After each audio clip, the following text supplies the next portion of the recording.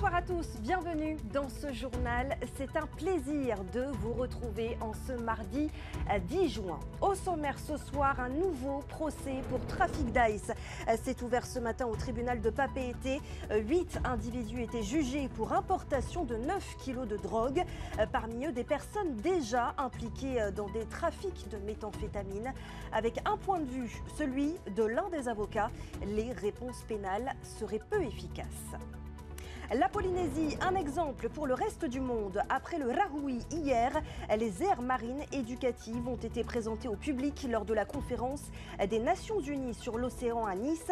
Et quoi de mieux que nos enfants du Fénois pour mettre en avant nos richesses.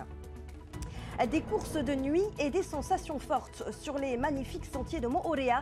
La saison 2025 du Xterra s'ouvre ce week-end avec le Xterra Trail. Des épreuves qui nécessitent beaucoup de préparation en amont. Nous irons sur l'île Sœur où un mois de déblayage a été nécessaire. Avant d'aller plus en détail avec notre invitée, Puerava Van Pastoler, gérante de Fénois Events, coordinateur de l'événement.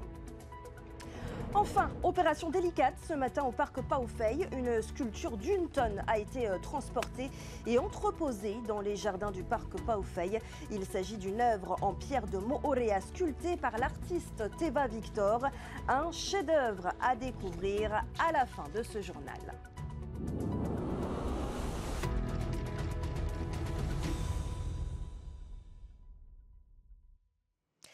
Une grande majorité des trafiquants de drogue sont des récidivistes en Polynésie. Une situation qui pose la question des peines prononcées. Sont-elles suffisamment adaptées?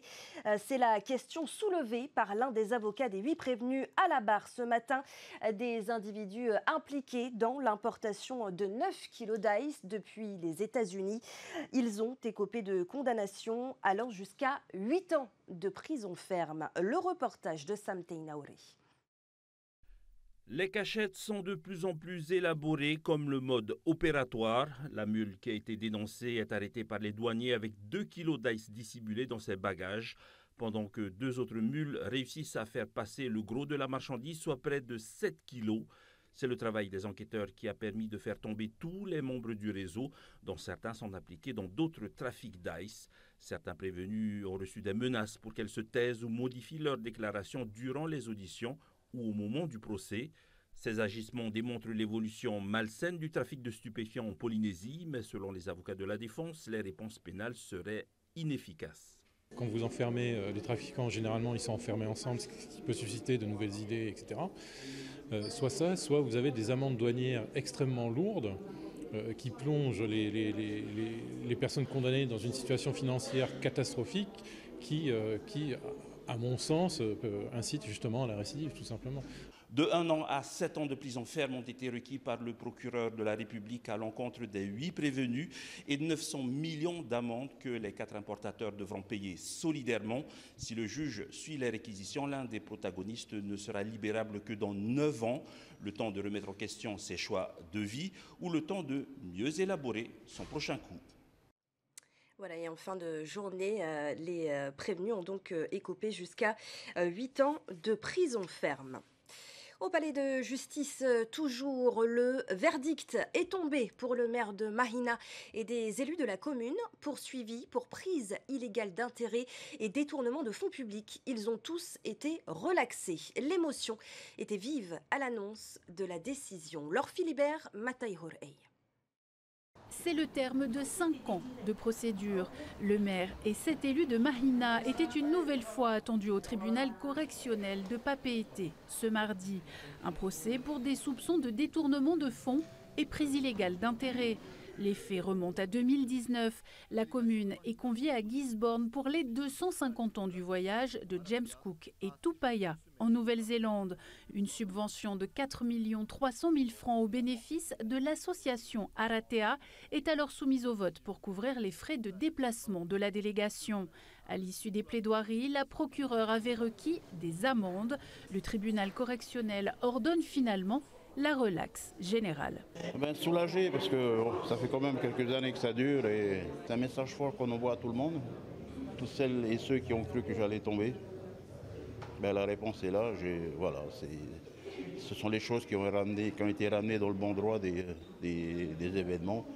Et aujourd'hui, en entendant le président du tribunal prononcer la relaxe, mais pour tout le monde, c'est un gros soulagement. Une nouvelle fois, l'ancien maire de la commune, Patrice Jamet, à l'origine de la procédure, est absent. Damas Tewira dit ne pas entretenir de rancune, mais reconnaît avoir failli mettre un terme à son engagement politique. Si ça m'a dégoûté à un moment donné, j'avais pris la décision en interne avec mon épouse de passer à autre chose. Étant donné, comme j'expliquais à la première audience, on s'est beaucoup investi pour cette commune. C'est un combat qui se termine. Bon, il y en a d'autres qui vont commencer bientôt. Le ministère public a 10 jours pour faire appel. La Polynésie continue de s'illustrer à Nice au deuxième jour de la conférence des Nations Unies sur l'océan.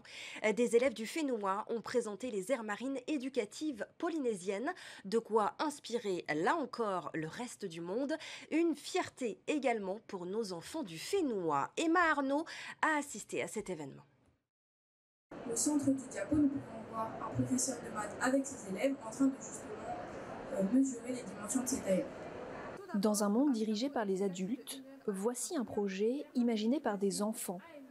Ce sont les élèves du lycée de Bora Bora qui prennent la parole à l'UNOC pour présenter leurs aires marines éducatives. Apprendre sur le terrain tout en protégeant leur environnement. C'est vraiment incroyable, c'est vraiment un privilège pour nous parce que ça montre qu'on est vraiment investi dans tout ce qui est écologie. C'est vraiment génial, c'est nous qui portons en fait, qui expliquons aux autres, qui menons le projet et les adultes, donc c'est génial. Je pense que tout le monde est très fier. Ces classes hors les murs permettent de mieux appréhender les enjeux du développement durable et de protection du patrimoine naturel. Depuis 2012, de nombreuses classes se sont inspirées de l'impulsion marquisienne. En Polynésie, il existe 30 zones aires marines éducatives qui sont co-gérées et gérées par les élèves gestionnaires de 34 établissements scolaires, 20 écoles, 9 collèges, 2 lycées et 3 instituts d'insertion médico-éducatif. Le CESEC veut aller encore plus loin et proposer la création d'un lycée de la mer. À travers les AME, on espère, et on l'a constaté, susciter des futures vocations. Aujourd'hui, nos enfants sont obligés de partir en métropole pour faire leurs études et c'est pour ça que cette préconisation, elle nous tient à cœur, elle fait partie c'est le premier axe prioritaire qu'on s'est fixé au niveau de l'institution pour former nos jeunes sur le territoire. Aujourd'hui, c'est le monde qui s'inspire de la Polynésie française et 1500 aires éducatives ont été mises en place. L'objectif est fixé à 18 000 d'ici 2030 en France.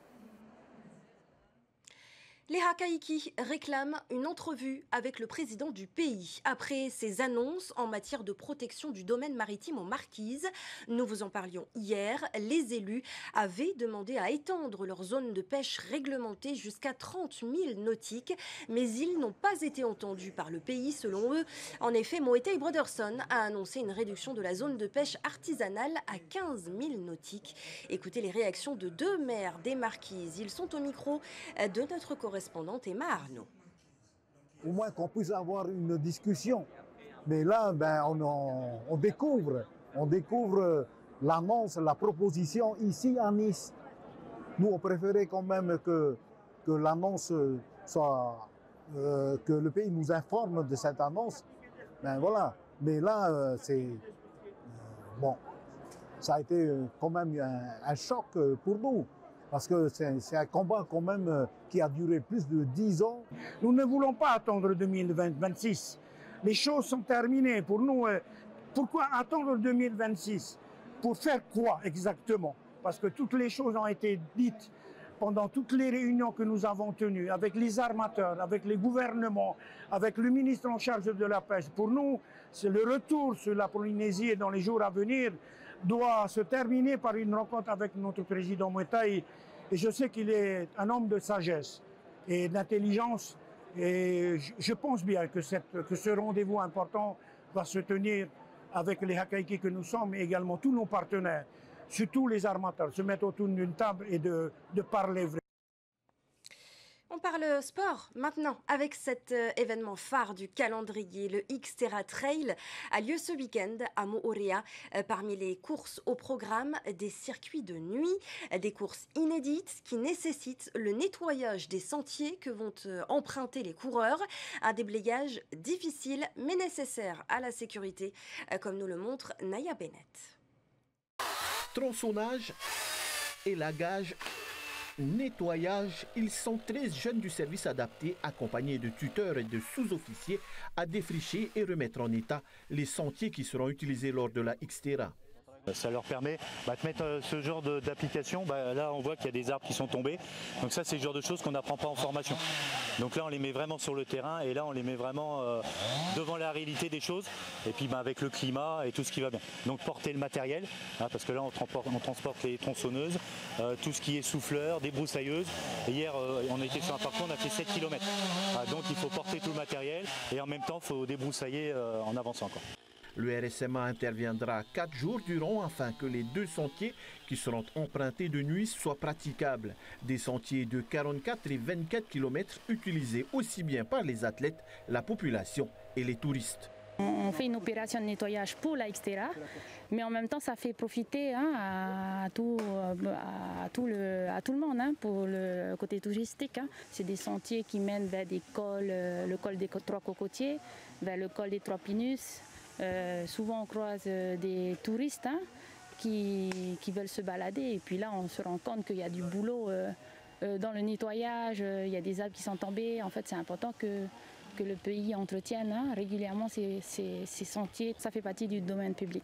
Que les athlètes ne se focalisent pas sur ce qui peut être au-dessus de leur tête, mais qu'ils restent concentrés sur le sentier et les nombreux pièges qu'ils comportent durant leur course de nuit et ainsi éviter au maximum la blessure. C'est tout l'enjeu de ce nettoyage. Poirava Van Bastoler Yorana. Yorana Sophie. Merci d'être sur le plateau de TNTV ce soir. Alors, c'est votre entreprise, Fenois Events, qui coordonne officiellement cette année le Xterra Polynésie, la saison 2025. Pour qu'on comprenne mieux, quel est votre rôle et que devient l'association VSOP, organisateur historique du Xterra, qui avait pourtant annoncé son souhait de se retirer de l'événement? Alors, l'association restera toujours organisatrice de ces événements. Nous, on intervient en tant que dans la coordination générale des événements. On est en lien direct avec les partenaires, les prestataires, les bénévoles et toutes les institutions impliquées. Mais l'association reste quand même organisatrice de ces événements. Du Xterra. On imagine que ce n'est pas rien de coordonner un tel événement. Cela suppose beaucoup de sacrifices, de préparation en amont. En effet, ça mobilise pas mal de personnes sur le parcours. Un sentier comme le Xterra, on est obligé de faire intervenir plusieurs groupes d'intervention, comme des associations, comme le RSMA, comme on a pu voir dans le reportage. Et là, cette année, on a eu quand même 8 opérations grosses opérations de nettoyage. Vous êtes tous bénévoles, vous bénéficiez de subventions? Alors, nous, on est des prestataires. Ensuite, à côté de ça, on a des bénévoles, on a des contrats aussi avec des partenaires, comme le RSMA, ceci dans le cadre de diverses formations qu'ils ont avec leurs jeunes. On arrive à avoir des partenariats avec des associations, en échange. Ils participent à l'événement, ils sont contents d'être aussi dans l'événement, de participer. C'est un partage. C'est ça, c'est un partage. Pour que l'événement puisse voir le jour. On l'a dit, c'est donc l'ouverture de la saison 2025 Xterra qui commence donc ce week-end par ce premier événement, le Xterra Trail.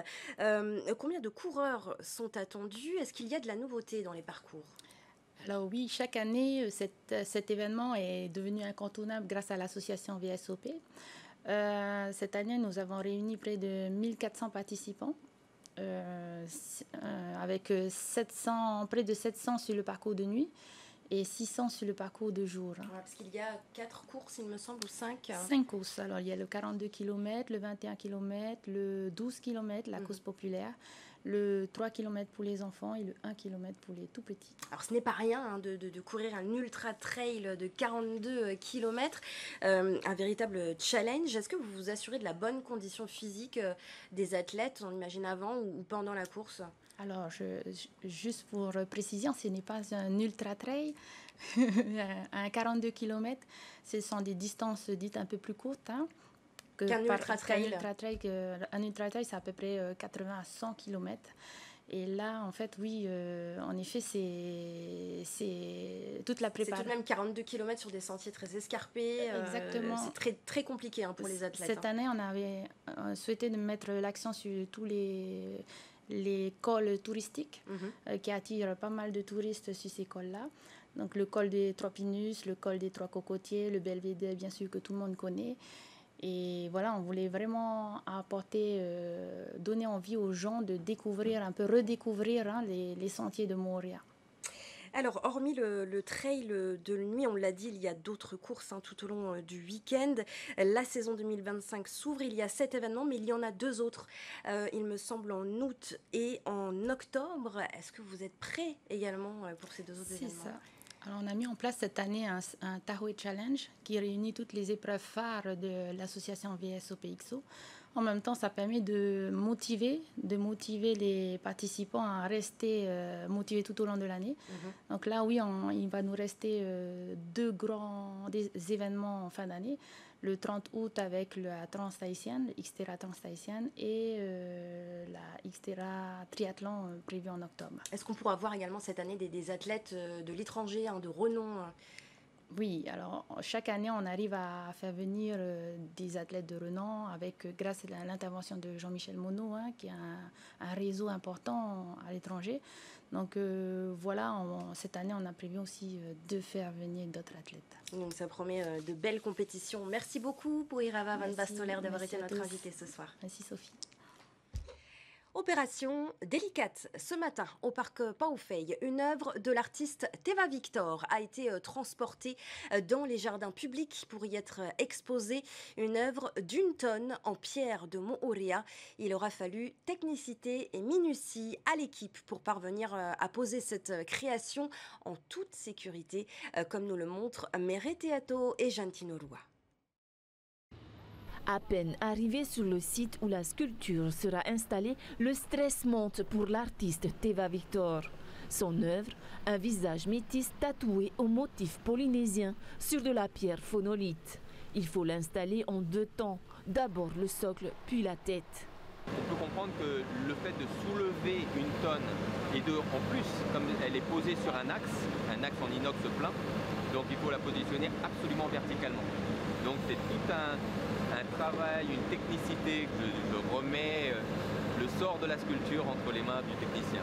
Il faut une technique pour poser un peu ces objets d'art. Hein. Le caillou, quand il vient, il est bien posé, il y a juste à décaler pour bien voir le niveau après. On a creusé un peu déjà, et puis il faut limiter un peu la dalle, le plat, pour bien sécuriser le caillou déjà avant de poser la tête. Hein. 2 heures de manœuvre et de patience ont suffi pour enfin trouver l'axe parfait.